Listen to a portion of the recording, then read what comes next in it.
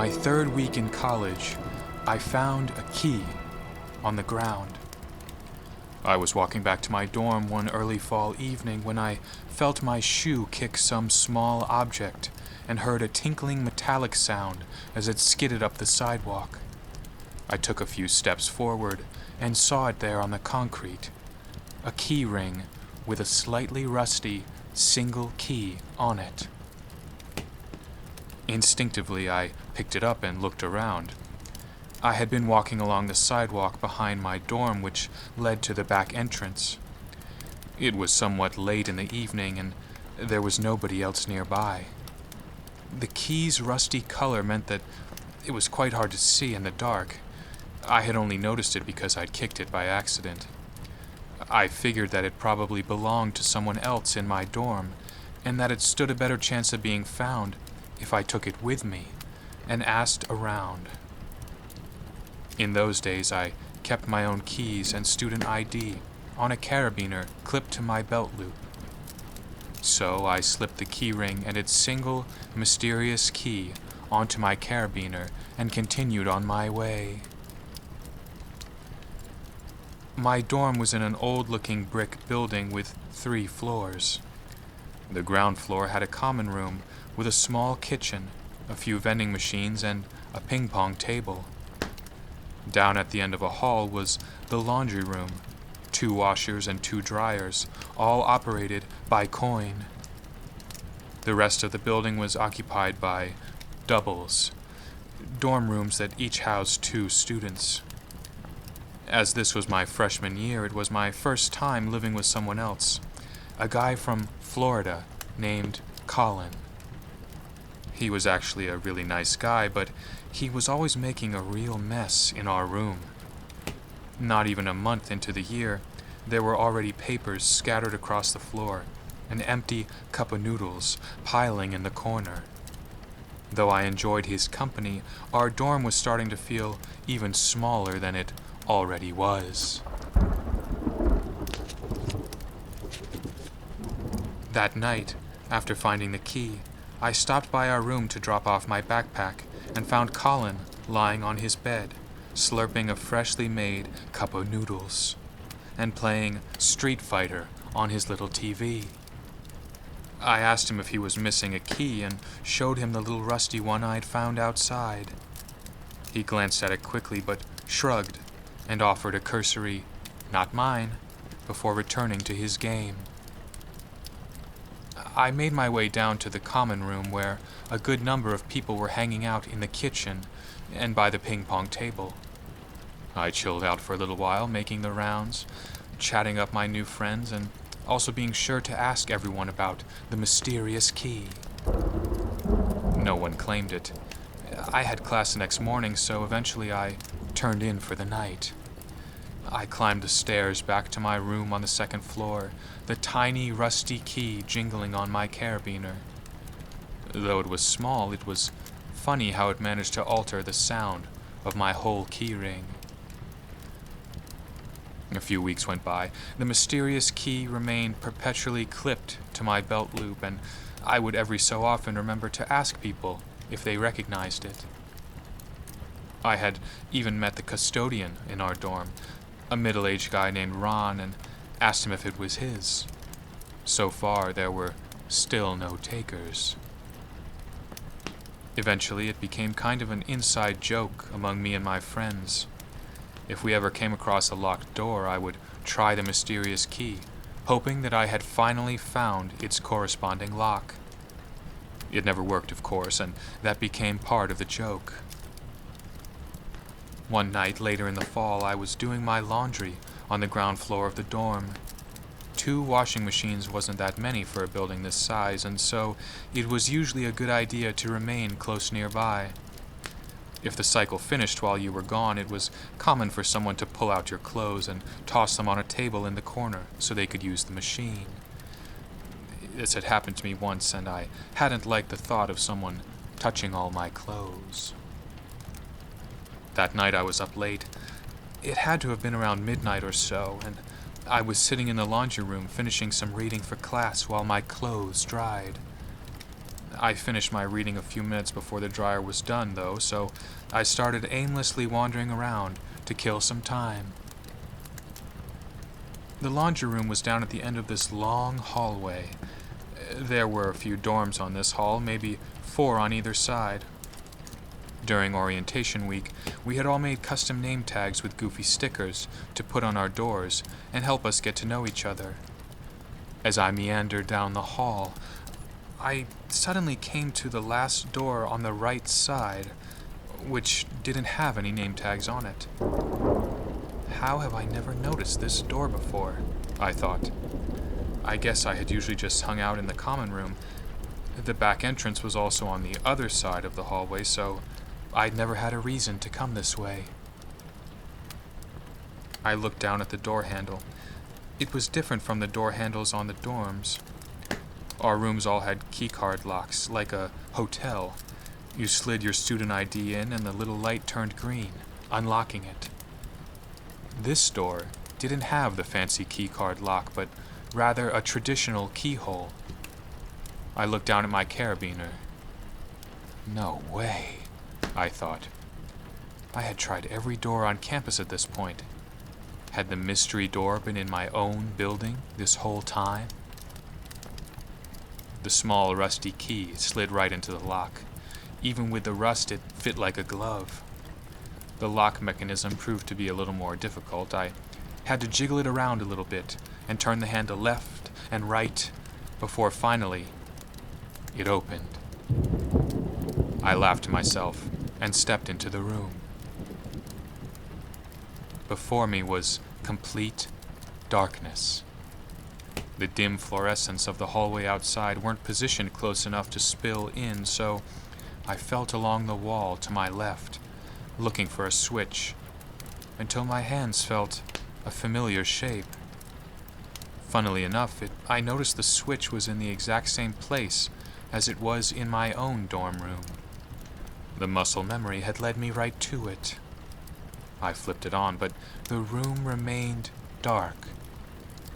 I pulled out my phone and switched on the flashlight. Before me was a room, almost the exact same as my dorm room, but completely full of stuff. Stacks of cardboard boxes blocked the floor almost completely. Extra furniture was propped up on the sides of the room, twin-size beds and dressers identical to the ones in my dorm. I made my way over to a stack of the boxes. The air was thick, with that musty smell, as if the room hadn't been opened in quite a while. I opened the flaps of the top box in the stack and saw what seemed to be random personal items inside. Clothing, a few framed pictures. It was someone's stuff, but I couldn't tell whose. Beep. I heard the dryer from down the hall. My clothes were finished. I shut the cardboard boxes I'd opened and left the mysterious room, shutting the door behind me. I walked back to the laundry room and grabbed my warm clothes, stuffing them into my hamper and preparing to fold them back up in my room. As I carried my fresh laundry up the stairs, I couldn't wait to tell Colin about finally solving the mystery of the rusty key and discovering the secret room. I slid my ID into the lock on our door and used my shoulder to push it open. "Colin, guess what?" I said excitedly as I entered, and then stopped in my tracks. Inside was somehow even worse than normal. Dirty clothes, papers, garbage, all of it had started to spill over onto my side of the room and was scattered across the entire floor. Colin himself was sitting on my bed doing his homework. He must have seen my stunned expression. "Oh, yeah, sorry," he offered. "I'm gonna clean it up in a second. I had to finish something." I dropped my hamper of laundry onto my desk and played it cool. "Oh, yeah, no worries," I replied. "So?" Colin asked. "What? What did you want to tell me?" I had forgotten about the secret room for a second. "Oh, nothing important. Never mind." In the moment, I didn't realize exactly why I didn't tell Colin about the room. It was just an instinct. Thinking about it later, though, I realized that the secret room should stay just that, a secret. I had finally found a place that was all mine, and the smart thing to do was not to share it. If word got out among my friends, they'd probably want to hang out there and make copies of the key. No. I thought it would be much better to keep the room to myself and have a space that I could be alone in, without any roommates. Over the next few weeks, I often visited the secret room. I'd look both ways down the hall and make sure nobody saw me slip in. I'd bring my backpack with some homework or a book and just enjoy the quiet. I moved all the cardboard boxes onto one side of the room and tidied up the space enough that it began to feel far more put together than my own dorm. I began to suspect that this room had originally been a dorm. After all, the layout was exactly the same, though it was missing the row of windows on the far side, and just had a blank wall where the windows should have been. The light in the ceiling still didn't work, so I would just bring my phone and prop it up on the desk, shining the flashlight at the wall and creating a soft light to read by. Eventually, I got to the point where I'd hang in there multiple times a week. After a few weeks of this, Colin began to wonder where I was going. Any time he'd ask me, I'd just tell him that I was at the library or in one of the study halls elsewhere on campus. One night, after a particularly exhausting day of classes, I stopped by my dorm to drop off my bag. As I'd been spending so much less time in my actual room, Colin had really taken over the place. I was pretty tired, but didn't feel like dealing with Colin and his mess, so I grabbed a book out of my backpack and headed down to the secret room to do a bit of reading. I only had a couple of chapters to finish for my class the next day. By this time, I had the routine down pat. I crept down the hallway, past the laundry room, and waited by the door to the secret room. Once the coast was clear, I slipped in the small, rusty key and swiftly opened the door and ducked into the room in one motion. I turned on my phone flashlight and propped it up on the desk, bouncing it off the wall to cast a cool glow onto my book as I pulled up my chair and got settled. I thought, much better. Just then, a warning popped up on my phone screen. 20% battery. Crap. I didn't have my charger with me either. Well, I only wanted to hang out for a bit, and my flashlight should hold until I finished my chapters. I dismissed the warning and began reading. I barely noticed my eyes begin to glaze over as they traced the words on the page. I awoke suddenly and found myself more disoriented than I had ever been in my life. Darkness, pure darkness surrounded me. It took me a good minute to remember where I was. That smell. That musty smell. That's right, I was in the secret room. My face? Something cold. Oh, I had fallen asleep at the desk, face down on the wood. I sat upright and jumped as I heard my book crash onto the floor. I reached out for my phone, fumbling in the darkness to find it propped up against the wall. I pushed the home button, but noticed the lack of haptic feedback as I did so. Crap. I had fallen asleep with the flashlight on, and the battery had died.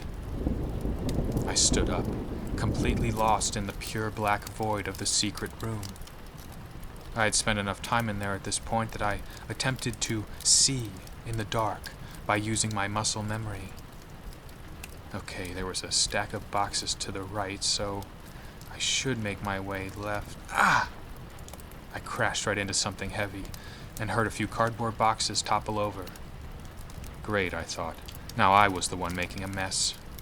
I was too disoriented. Muscle memory wasn't going to do it. I reached out my hands into the darkness, feeling for the wall. This way. No, that way. No, wait, there! There it was! That same textured wall as my dorm room. I used it to guide me over to the door, slowly. My hands traced the painted cinder block, finding the lines between the individual blocks and using them like longitude and latitude, charting my own path back to the door. It was then that I felt something in the darkness that I hadn't expected. Something soft and cold. My hands collided with some strange foreign object, something that, based on my memory of the room, shouldn't have been there. I grabbed whatever it was, squeezing with my fingers in an attempt to identify the material. It was almost fleshy. I ran my hands up along the form, my mind constructing an image out of the darkness, carving a shape from the void that resembled, was, a body. Yes, shoulders, a neck, and then a face. There was no mistaking it. I felt the lips, the nose, even some strange, messy mop of hair. In the instant that this happened, I screamed. My shocked cry echoed in the secret room as I instinctively jumped back. Someone was in here with me. I fell backwards. Forget my methodical navigation techniques. I had to get out. I ran the rest of the way, bumping into boxes, furniture, and then there it was, the door. I grasped the handle and pulled with all my might, the dim fluorescence of the hallway outside spilling into the secret room. I looked quickly back over my shoulder as I darted through the freshly opened door and yet saw nothing strange in the room. Just the stacks of boxes and the spare furniture. I never went back in the secret room after that. There was some presence there, of that I was sure. I took the key off my keyring and turned it into the school's lost and found. Sometime later, I remember hearing a story about that secret room. It turned out that it wasn't so secret after all. Other students had heard stories about it, though they'd never been inside. According to campus legend, that room had indeed once been a dorm, just like all the others. That's why the layout was exactly the same. However, many years ago, the student who'd lived there had died in a horrible accident. She had had too much to drink, passed out, and died from asphyxiation. The school retired the dorm room after that, covering up the windows and turning it into a storage room for students who stayed there during the summer programs. To this day, I've never come up with a way to explain my encounter that night. I should have just been moving along an empty wall, but I'd felt someone standing there, right in front of me. I wonder if maybe she was just keeping watch. After all, that was the first time I'd fallen asleep in the room. Maybe she just wanted to make sure that I was okay. Either way, she gave me the fright of my life. I wish the secret room had remained a secret from me as well. Ooh, another twisted tale of terror, fellow ghouls.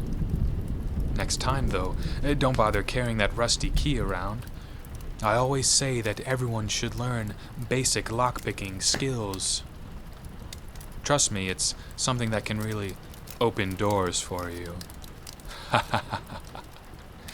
Anyway, that's all for now. I do hope you enjoyed this first true scary story of the spooky season. Be sure to come back and see me again sometime soon, and I'll have another one waiting for you. Until then, fellow ghouls, good night.